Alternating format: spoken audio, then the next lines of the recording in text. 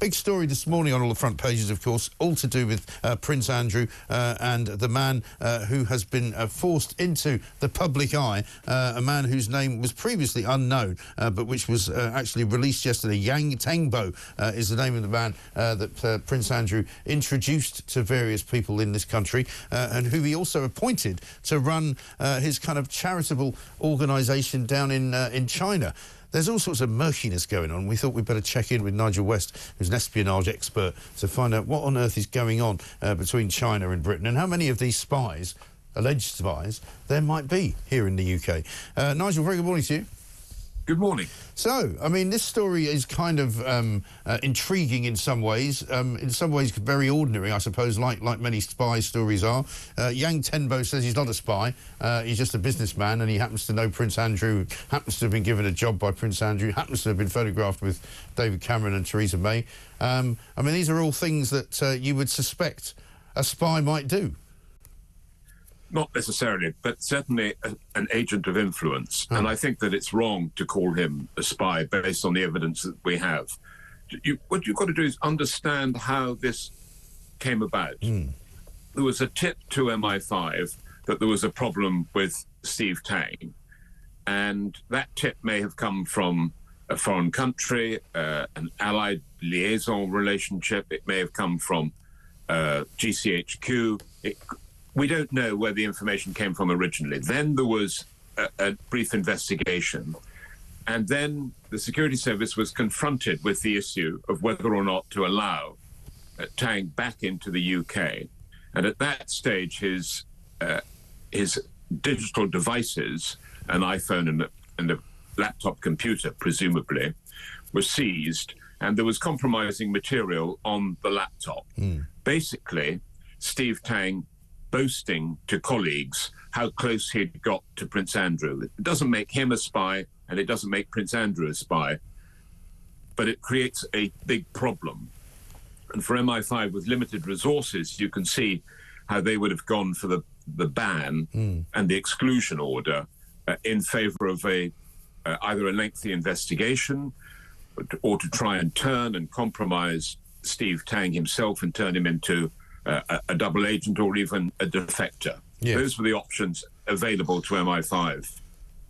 And I mean, in terms of what's happened since this all came out, I mean, for 2 days we weren't aware of the name until it was released, because I think in terms of Yang Tengbo's case, he wanted his name cleared, so he wanted it out there so that he could defend himself and say, look, I'm not a spy, and I want people to stop calling me one.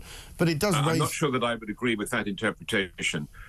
If you look at the chronology of the case, the reality is that his name was disclosed in the Republic of Ireland outside the jurisdiction of the High Court based on open source material. Yeah. It wasn't any kind of compromise. And based then on the inevitability of his name coming out, he then released it. Right. But sorry, carry on with your question. The only reason I was giving you that interpretation was that was the interpretation given to me by the lawyers who were in the court yesterday, who were attempting to have the name lifted, and then they didn't have to attempt to have the name lifted because he had released it himself in the end, because he feared that it was going to come out in some way, shape or form in Parliament. But the question is now being asked by a lot of people as to how many of these types of people, whether they are influencers, whether they are agents, whether they are spies, how many of these kinds of people there are from China in Britain. Or potentially thousands. And the reason is that every PRC national who is in the United Kingdom is here having developed some kind of a relationship, either directly or indirectly, with the Ministry of State Security. Everybody will have had a contact through their educational institution, their current employer, whatever it is, with MSS. And the MSS is the equivalent of a foreign intelligence collection agency and is hostile to the United Kingdom, and its sole task is to protect the interests not of China, but of the Chinese Communist Party. I mean, I asked this question to somebody yesterday who said basically, like you did, that there are limited resources within MI5 and they can't really, keep an eye on absolutely everything. But to which I said, surely the royal family, you would imagine, would be an asset that they would wish to keep an eye on, even if they are short-staffed. There's not that many of them. And Prince Andrew, you might say, is perhaps the one who's most likely to find himself in what might be described as places he shouldn't really be. Well, I think that probably what happened was that the security service made a decision to go and inform Prince Andrew of the situation, and he would have cut his ties with Steve Tang at that moment. But can I remind you of what happened in July 1960, when there were similar circumstances, and the cabinet secretary went to the Secretary of State for War at that time in order to obtain his help in compromising a Soviet agent who was the assistant naval attaché at that time, and the Secretary of State for War was Jack Profumo. Yeah. So I can well understand that the security service would not want to run an operation against Steve Tang with Prince Andrew in the background or involving Prince Andrew, and that's why I think that when Tang arrived at Heathrow Airport, he was given the option of giving up the passports to his material or surrendering his laptop, and that's exactly what he did, and that's where we are now. And you're referring to him as Steve Tang. Well, we're talking about the same guy, right? Yes. Yeah. In all his dealings in the UK, he's always been known as Steve Tang. Right. And so he's being named as Yang Tengbo in most of the papers this morning, though. So it's not that clear, I suppose, who he's working for. I mean, he claims to have been working for Prince Andrew, effectively, as the head of this thing called Picture Palace China. Yes, he's been doing that, and he's also been working for his own organisation, which is a consultancy called Hampton. And it's been very successful, particularly in promoting the interests of Gordonston School, which Prince Andrew had a connection with, obviously. They were going to have surrogates in the People's Republic of China. Now, that project has gone on hold, but Steve Yang was the key figure in all of that. And there is nothing wrong with what he was doing or what Prince Andrew was doing as a trade ambassador travelling the world promoting British exports. No, although there does seem to be a suggestion that he might have been in receipt of some monies, depending upon how well the business did, which obviously would make it slightly grubbier, if nothing else. But he seems to have gone to China quite a bit, Andrew, as well. Yes, but again, that was his job, promoting British exports, and he was very successful. And from all accounts, what he did on behalf of British exports was really quite impressive. The problem is the kind of people that he would encounter in China and in the UK who were connected with the United Front Worker Department.